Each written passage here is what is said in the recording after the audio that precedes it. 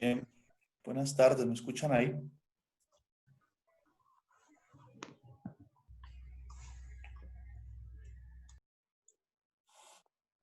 Sí, profe.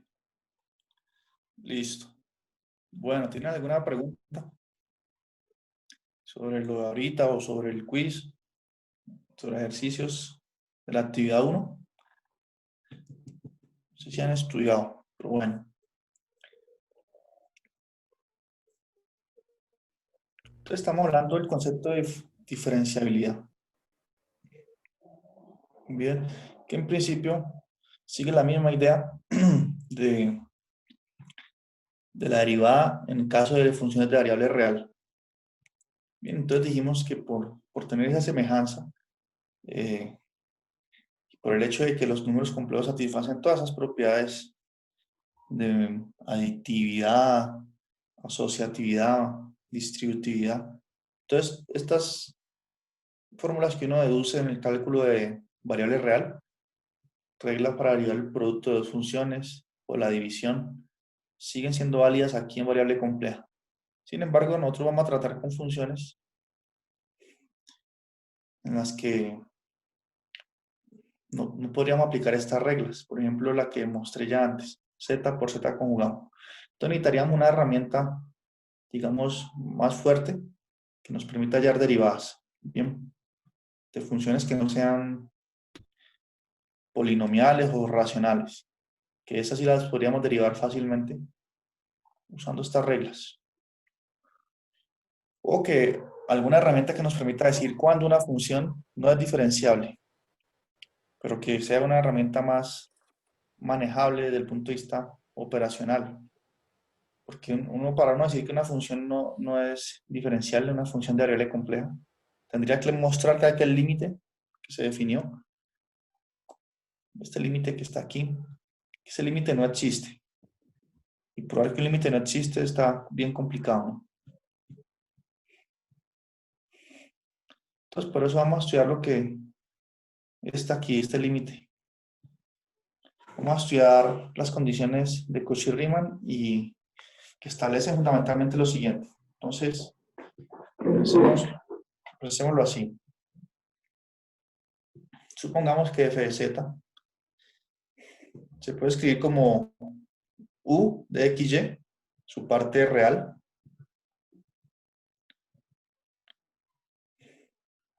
bien, más y veces b de xy.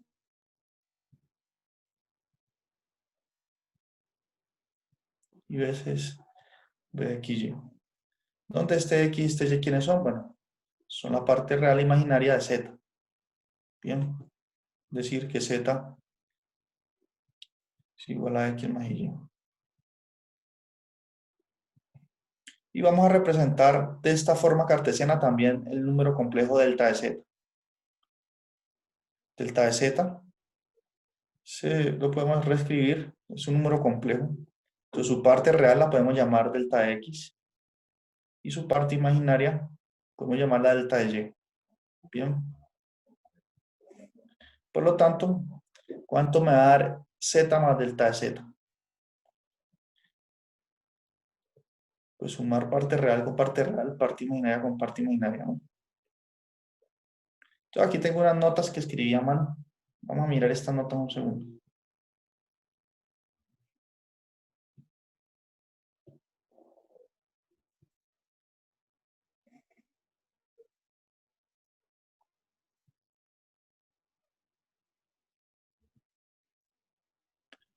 Bien.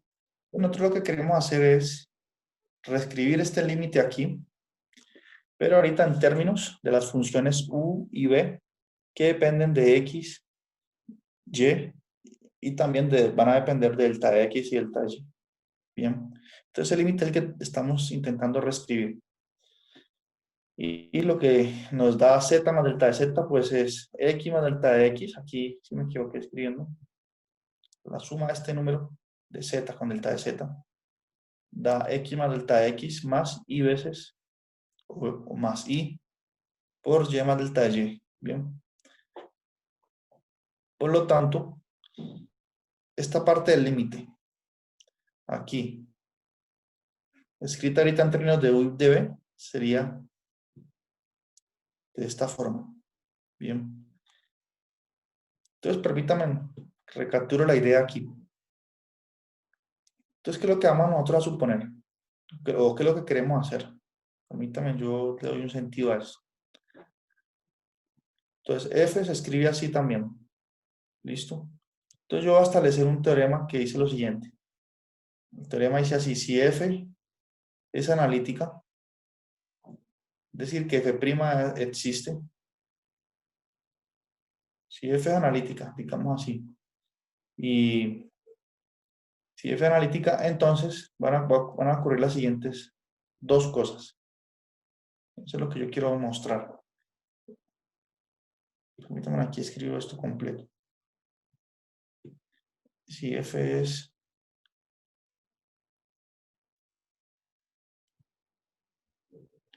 Recuerden, analítica quiere decir que F' existe, ¿no? O sea, que es diferenciable, que es derivable.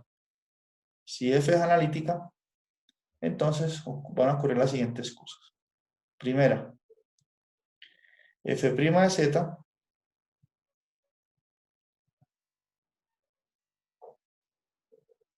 la vamos a poder calcular como la derivada de U con respecto a X, lo que está escribiendo al final de la sección anterior. La derivada parcial de U con respecto a X más y veces la derivada parcial de B, la parte imaginaria de la función, con respecto a X también. Bien. Eso es lo primero. Entonces tenemos, nosotros como sabemos cálculo multivariable, podemos calcular estas derivadas parciales de U y de B. Entonces derivar una función que de entrada ya sabemos que es derivable, ya se supone esta hipótesis, si ya es derivable, su derivada la podemos calcular muy fácilmente aplicando esta fórmula aquí. Bien, porque solamente hay esas derivadas parciales. Y el segundo resultado, que se denomina ecuaciones de Cauchy-Riemann, dice que si f es analítica, entonces la derivada de u con respecto a x es igual a la derivada parcial de la función b con respecto a y. Entonces esta sería la primera ecuación de Cauchy-Riemann, se le llaman así. Y la derivada parcial de b con respecto a y, perdón, a x, es igual a menos la derivada parcial de u con respecto a y. Bien, estas ecuaciones se denominan ecuaciones de Cauchy-Riemann. Vamos a escribir así, una CR. Bien, entonces este es el resultado que vamos a obtener, que voy a tratar de mostrar, darles una idea general de cómo se obtienen esos dos resultados. Bien, y ahorita, ¿por qué es que esto va a ser interesante? Bueno, un primer caso es que, o cómo usaríamos uno. Un ejemplo, una motivación aquí. Entonces, si es verdad el resultado de este teorema, eso lo podemos encuadrar como un teorema, ¿no? Un teorema tiene una hipótesis. Si uno tiene una hipótesis, a partir de esa hipótesis puede deducir estas dos cosas, que son la tesis. Bien. Entonces, supuesto esto implica estas dos condiciones. Entonces, ¿cómo podríamos utilizar o por qué sería importante el teorema? Entonces, el primero es, por ejemplo, podemos responder lo anterior. ¿Cuál es la derivada de e a la z, ¿no?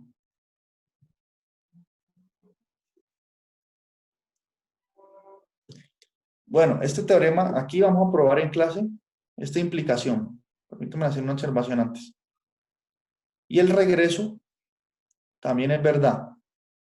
Decir que si, o mejor dicho, si vale la condición 2, si valen las condiciones de Cauchy-Riemann, entonces la función es analítica. Sin embargo, el regreso, este regreso aquí, esta implicación, pide unas condiciones. Pide que estas funciones u y b, la parte real e imaginaria de f, sean funciones continuas.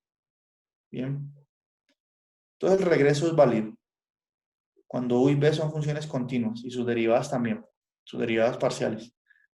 Entonces, en todo lo que vamos a hacer aquí en el curso, vamos a trabajar con funciones bien comportadas, con U y B continuas. Por lo tanto, nosotros de ahora en adelante podemos pensar que una función es analítica si solo si satisface esta condición 2. Bien, son cosas equivalentes con las condiciones de Cauchy-Riemann, con las ecuaciones de Cauchy-Riemann y el hecho de que la función sea derivable. Son cosas iguales. Bien, entonces como la función exponencial, vamos a ver la utilidad del teorema. La función exponencial se definió en términos de las funciones U y B. La función exponencial se definió como e a la x coseno de y más i veces e a la x seno de y, ¿cierto? ¿Preguntas hasta aquí o no? Está muy raro todo esto, mucho símbolo. Vamos a hacer este ejemplo para que quede un poco más claro. Así fue que se definió la función exponencial. Entonces, su parte u, parte real es esta. Su parte imaginaria es esta aquí. Bien. Entonces, miren que esas funciones, por ejemplo, la exponencial, la función seno, la función coseno, todas son funciones continuas. Entonces, que esta función sea analítica,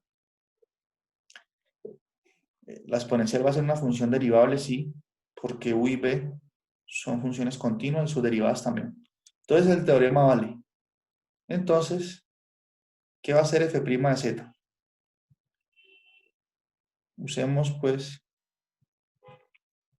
que f' de z, usemos el resultado de aquí, este resultado. Va a ser la derivada parcial de u con respecto a x. ¿Cuánto me da la derivada parcial de u con respecto a x?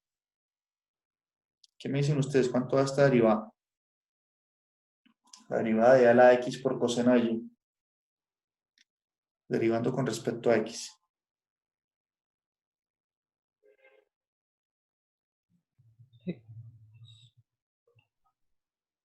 Lo mismo, profe. Eso sí, porque estoy derivando con respecto a x. La derivada exponencial es ella misma y coseno de y sería Por una eso es constante. con respecto a X.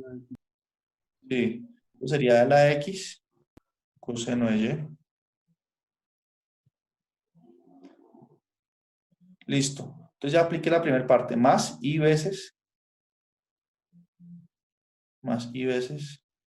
la derivada de b con respecto a x.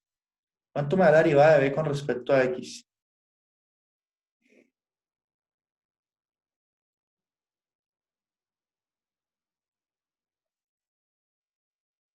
B es esto, ¿no? Lo mismo. E a la X y E a la Lo X mismo. por seno de Y. Eso, porque la derivada exponencial es ella misma y queda multiplicado por seno de y, porque en este caso seno de y sería una constante. Entonces, ¿qué pasó? Derivé la función y ¿qué me dio? Me dio ella misma, miren. Me dio igual a e a la z, porque por definición e a la z es eso que yo acabo de escribir aquí. Entonces, aquí tuvimos una respuesta ya inmediata a la luz de este teorema, ¿no? Entonces, efectivamente, la derivada exponencial de variable compleja es ella misma, e a la z, en virtud de este resultado. Bien. Y no tuvimos que hallar esos límites complicados que nos presentó, que mostré antes. Aunque ese límite nos quedó, si ustedes recuerdan, en la sección anterior, nos queda un 0 sobre 0, ¿no? Ahí sí podemos aplicar la regla del L'Hopital. Es válida, como variable compleja. Y podríamos llegar a que efectivamente ese límite que yo dije que daba 1, que era 1, podríamos mostrarlo usando L'Hopital. Bien, pero con este resultado es mucho más fácil, ¿no?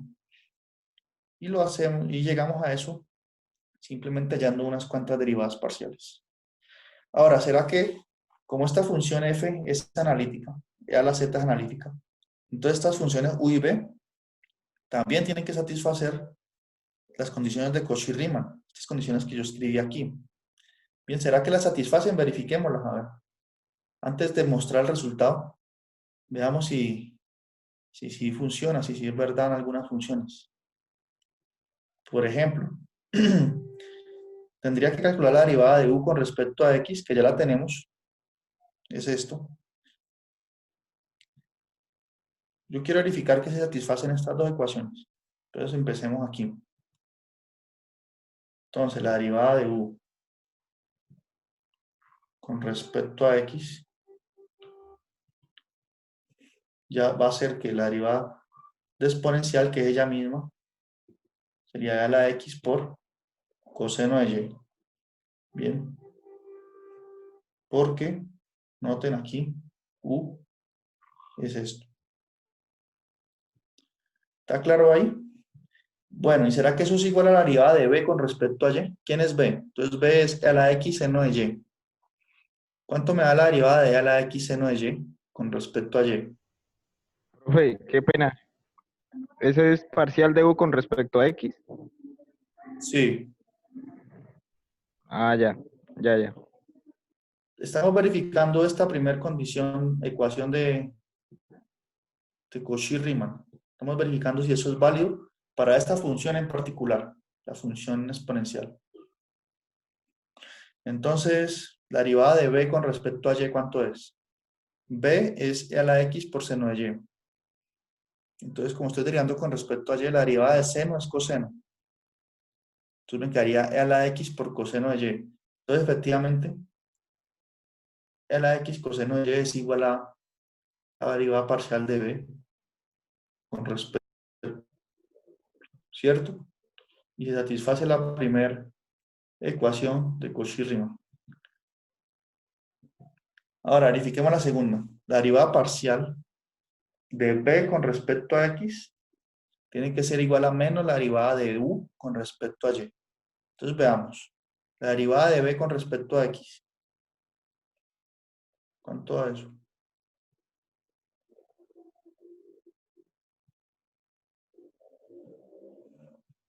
La derivada de b con respecto a x. B es a la x seno de y. Entonces la derivada Queda exponencial es lo ella misma. mismo, queda lo mismo. Exacto. A la x por seno de y. ¿Y cuánto es la derivada?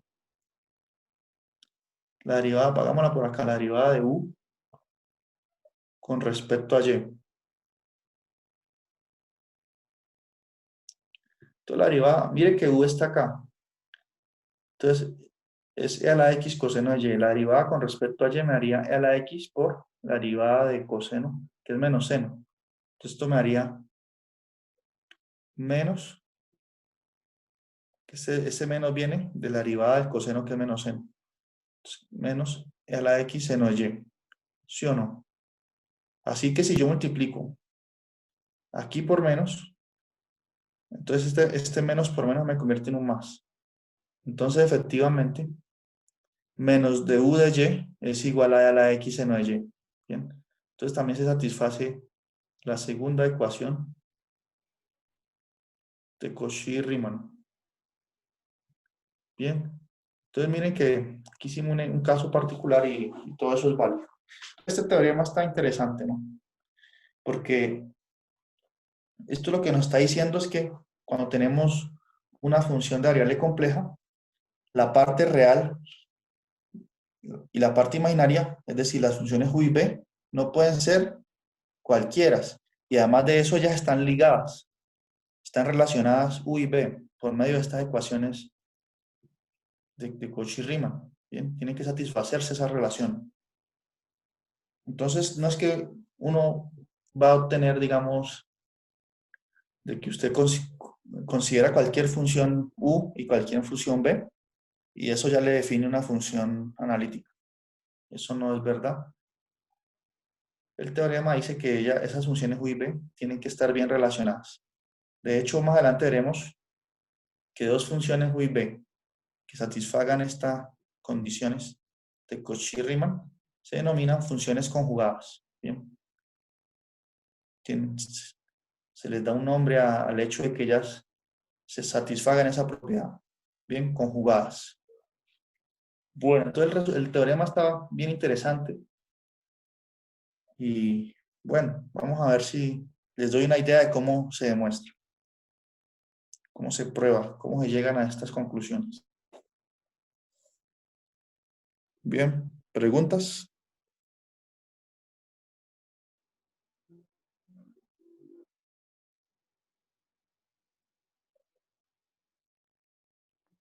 No, por el momento no, profe. De momento no.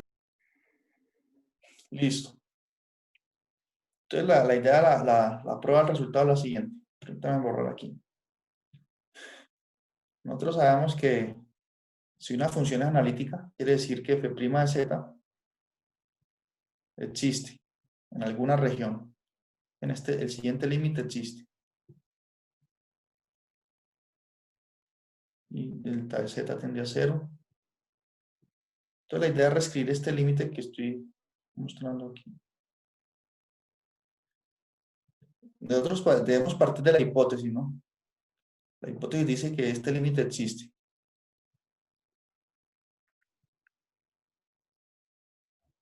Menos. Vamos a hacer unas cuentas orientadas, todas estas últimas cuentas que voy a hacer, es para probar el teorema que estamos viendo antes. Son detalles técnicos.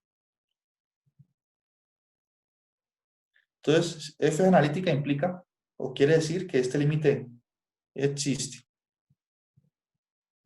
Entonces, lo que nosotros vamos a hacer es, como tenemos, noten que el teorema habla de derivadas parciales, la derivada parcial de u con respecto a x, la derivada de b con respecto a y. Entonces, necesitamos reescribir este límite ahorita en términos de... Hagan las siguientes notas.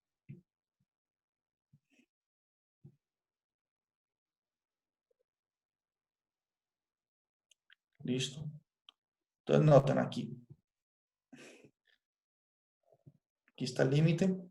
Y ya empezamos a hacer la transformación, a reescribir todo esto en términos de u, de b, de x, y, delta de x, delta de y. Entonces recordemos, z es x más y, delta de z es igual a delta de x más y delta de y. Por lo tanto, la suma de z más delta de z, que es un número que aparece aquí, miren, z más delta de z, se puede escribir como x más delta de x más y por y más delta de y. Y por lo tanto, la función de variable compleja evaluada en este número, es decir, este primer término de ese límite, se puede escribir como u evaluada en x más delta de x, y más delta de y, más y por b evaluada en x más delta de x, y más delta de y. Bien, porque recuerden, este número tiene esta parte real y esta parte imaginaria. Entonces, como f está definida de esa forma, como f está definida así, aquí está, f de z es evaluar las funciones u y b en la parte imaginaria del número que coloquemos aquí y en la parte real, ¿no? Evaluar u en la parte real de z y en la parte imaginaria. Entonces, en este caso, z más delta de z tiene las partes real e imaginarias que ya mostré. Tienen esta parte real y esta parte imaginaria. Y entonces, por eso se tiene esta igualdad. Entonces, empezamos a sustituir eso en el límite. Bien. A ver. Esto es más bien técnico, ¿listo? La idea es que se entienda un bosqueado general de lo que sucedió, de cómo llegó al resultado. Bien. Entonces, ahorita vamos a reescribir f' de z. Antes teníamos el límite cuando delta de x, perdón, cuando delta de z tiende a 0. Eso es equivalente a decir que tanto delta de x como delta de y tienden a 0. Bien. Tanto la parte real e imaginaria de delta de z tienden a 0. Y esta primera parte es la función f evaluada en z más delta de z, restado con f de z, que es eso, uxy más i bxy. Eso es f de z. Bien, entonces estoy ya empezando a visualizar esta expresión en términos de u y de b. Bien, es lo que estamos haciendo.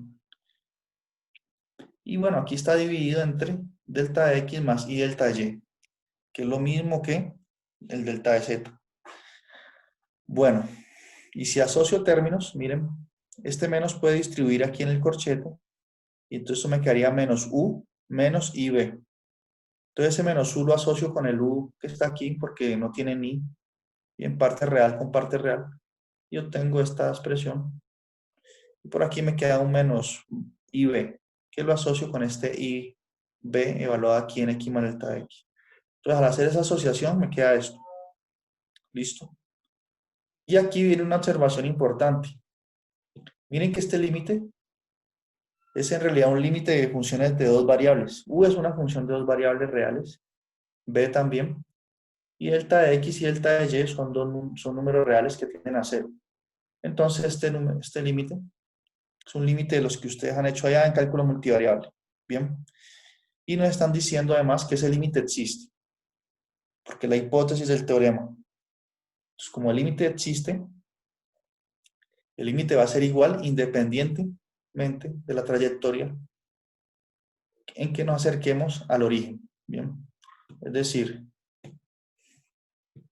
aquí estoy dando una idea, estos detalles que estoy haciendo ahí no tienen que ustedes pues conocerlos si ustedes ya han una idea de lo que sucede, está bien, no tenemos que entrar en las minucias de todo, ¿no? Entonces nosotros nos estamos acercando aquí al origen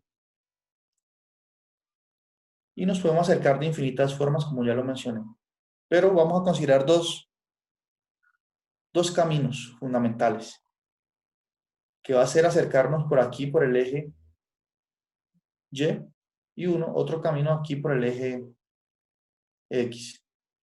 Bien, por estos dos caminos nos podemos acercar al origen. Listo, y esos son los dos caminos que vamos a considerar. Si el punto, si estamos considerando puntos aquí sobre el eje real, se supone que delta de Y sería que, como delta de Y es la parte imaginaria de delta de Z, en ese caso, delta de Y vale 0, porque nos estamos acercando por puntos sobre el eje real. Entonces delta de Y vale 0 y delta de X pues tiene que tender a 0. Bien, y si nos acercamos por puntos que están sobre el eje imaginario, así, entonces en este caso, como es un número imaginario puro, la parte real va a ser 0, entonces delta de X va a ser 0 en este caso, y delta de Y sí va a tender a 0. Entonces tengan en cuenta eso, los dos caminos en que nos vamos a aproximar al origen. Bien, ¿cómo vamos hasta ahí? ¿Se entiende más o menos lo que estamos haciendo?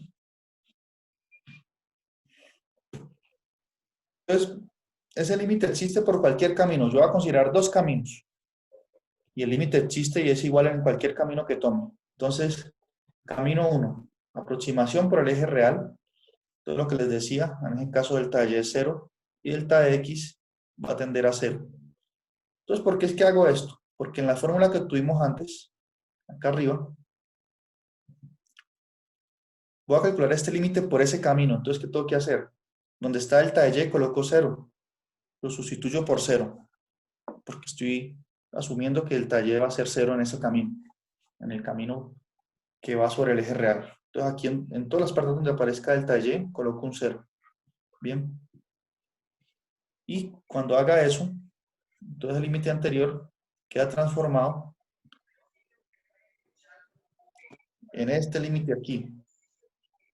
Bien. Después de sustituir donde estaba Y, donde está delta de Y, coloco 0. ¿Y qué sucede entonces? Ya, el último esfuerzo, ya vamos a terminar esta parte teórica aquí. ¿Qué sucede entonces? Que yo tengo una división, aquí tengo la primera parte, tengo una suma en el numerador, entonces puedo separar esta primera parte, U evaluado en X más delta de X, Y, menos U de XY sobre delta de X. Esta primera parte.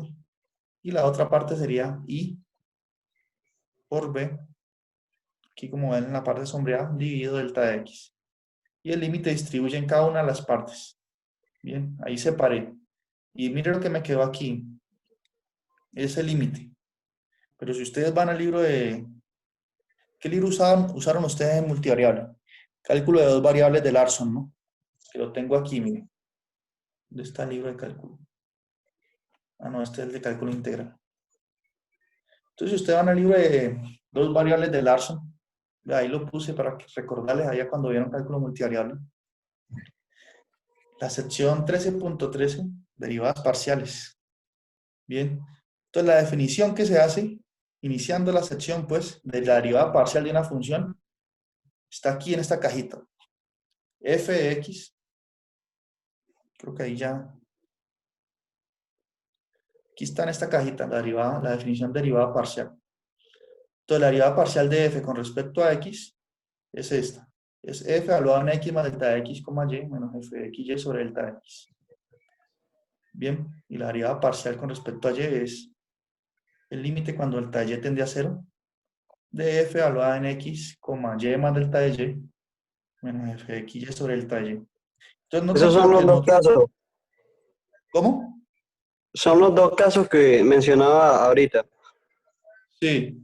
Entonces, ¿qué ocurre? Que esas definiciones que están ahí coinciden exactamente con lo que nos dio aquí a nosotros al final de este límite. Miren que aquí nosotros quedamos con el límite cuando delta de x tiende a 0 de u evaluado en x más delta de x, y menos u de xy sobre delta de x. Y esto, por definición, si ese límite existe, es por definición la derivada parcial de u con respecto a x. Bien, entonces de ahí es donde salen esas derivadas parciales. Y si ustedes miran la definición, de nuevo, esto que está aquí, ese límite, es la definición de la derivada parcial de b con respecto a x. Bien, entonces, así es que se llega a eso. Por lo tanto, como ese límite existe por cualquier camino y es igual independiente del camino, el límite no cambia, entonces concluimos que f' de z es igual a du de x más i de b de y. Entonces era el primer resultado que yo enuncié en el teorema, cuando lo escribí en la pizarra antes de probarlo. Bien, entonces ya tenemos, ya vemos que es que esto no es algo mágico, que tiene una razón de ser, que se sustenta así, de esta forma. Nosotros no todas las veces vamos a hacer las demostraciones de los resultados. Son pocos los que vamos a probar, pero sí es bueno que tengamos por lo menos una idea. Por aquí se dice una idea de la prueba, que es prácticamente la prueba, ¿no? No se saltó ningún paso. Bueno, ahorita ¿qué ocurre? Ya probamos el ítem I del teorema, la primera parte. Y nosotros, para encontrar las condiciones o las ecuaciones de Cauchy-Riemann, podemos considerar lo siguiente. Hacer lo mismo que antes, pero aproximarnos ahora por el eje imaginario. Es decir, vamos a asumir que delta de x es igual a 0 y en este caso delta de y tiende a 0. Entonces el límite que calculemos aquí nos debe dar igual, nos debe dar f' de z, no importa el camino. Si hacemos esas cuentas, vamos a tener, no voy a entrar en el detalle de esas cuentas ya, pero vamos a tener que f' de z es igual ahora a la derivada parcial de b con respecto a y. Bien, menos i por la derivada parcial de u con respecto a y. Entonces tenemos otra forma de representar f' de z. ¿Listo? Ahora, ¿qué pasa? Ese límite es igual por cualquier camino. Entonces, por un lado, f' de z es esto que sombrea aquí, una cajita. Y por otro lado, cuando me acerco por el eje real, f' de z también es esto. ¿Eso qué implica entonces? Que las siguientes dos expresiones son iguales. Es decir, que esto es igual a eso. Lo que señalé ahí. Bien, si esas dos cosas son iguales, dos números complejos son iguales, sí, solamente sí, o dos funciones de variable compleja son iguales, sí, solamente sí, sus partes reales son iguales y sus partes imaginarias son iguales. Es decir, que esa igualdad se tiene si este número aquí, esta derivada parcial, es igual a la derivada parcial de b con respecto a y. Y ahí obtenemos la primera ecuación de Cauchy-Riemann. Bien. Y las partes imaginarias tienen que coincidir. Entonces la derivada de b con respecto a x tiene que ser igual a menos, porque aquí hay un menos, miren, la derivada de u con respecto a y, que es lo mismo que decir esta condición. ¿Listo? Entonces ahí probamos ese resultado, muy famoso y se llaman condiciones de Cauchy-Riemann. ¿Listo? Y eso es fundamentalmente lo que hace aquí el libro guía también.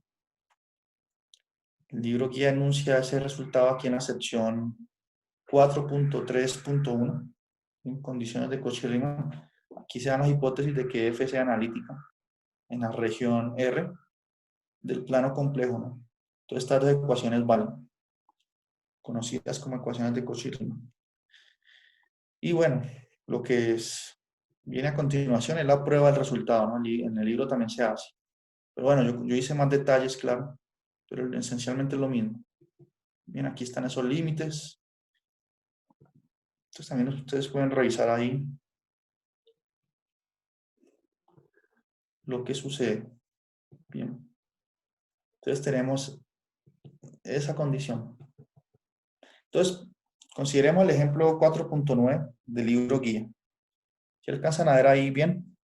Entonces dice aquí, verifique que la función f de z igual a z al cuadrado satisface las ecuaciones de Cauchy-Riemann y determine f' de z. Entonces vamos a usar el resultado anterior, el que acabamos de probar. Primero, nosotros ya sabemos que esta función f de z igual a z al cuadrado es analítica. ¿Bien? Porque nosotros, de hecho, calculamos el límite haciendo todas las cuentas. Dijimos que f' de z es 2z. Entonces, efectivamente es analítica. Y si es analítica, ella tiene que satisfacer las ecuaciones de Cauchy-Riemann, ¿no? Ahora, entonces escribamos f de z igual a z al cuadrado. Escribámoslo de la forma u más i b. Entonces, si elevo al cuadrado aquí, recuerde que z es igual a x más y, obtengo esta expresión. Creo que este ejemplo ya lo hicimos el sábado. Tengo que esa función se puede representar de esta forma. Y si calculo, bueno, ¿qué libro dice?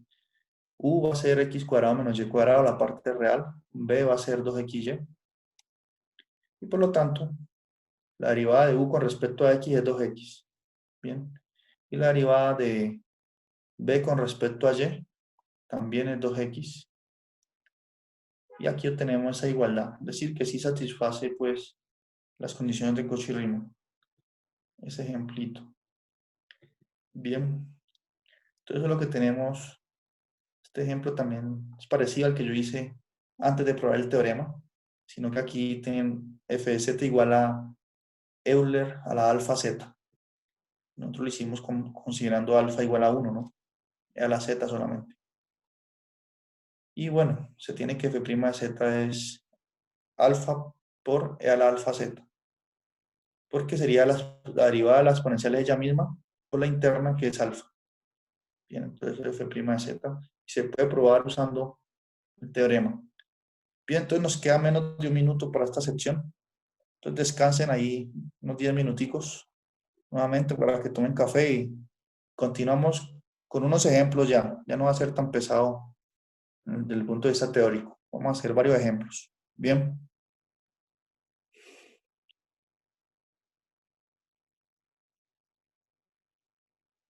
Listo, profe, listo. listo.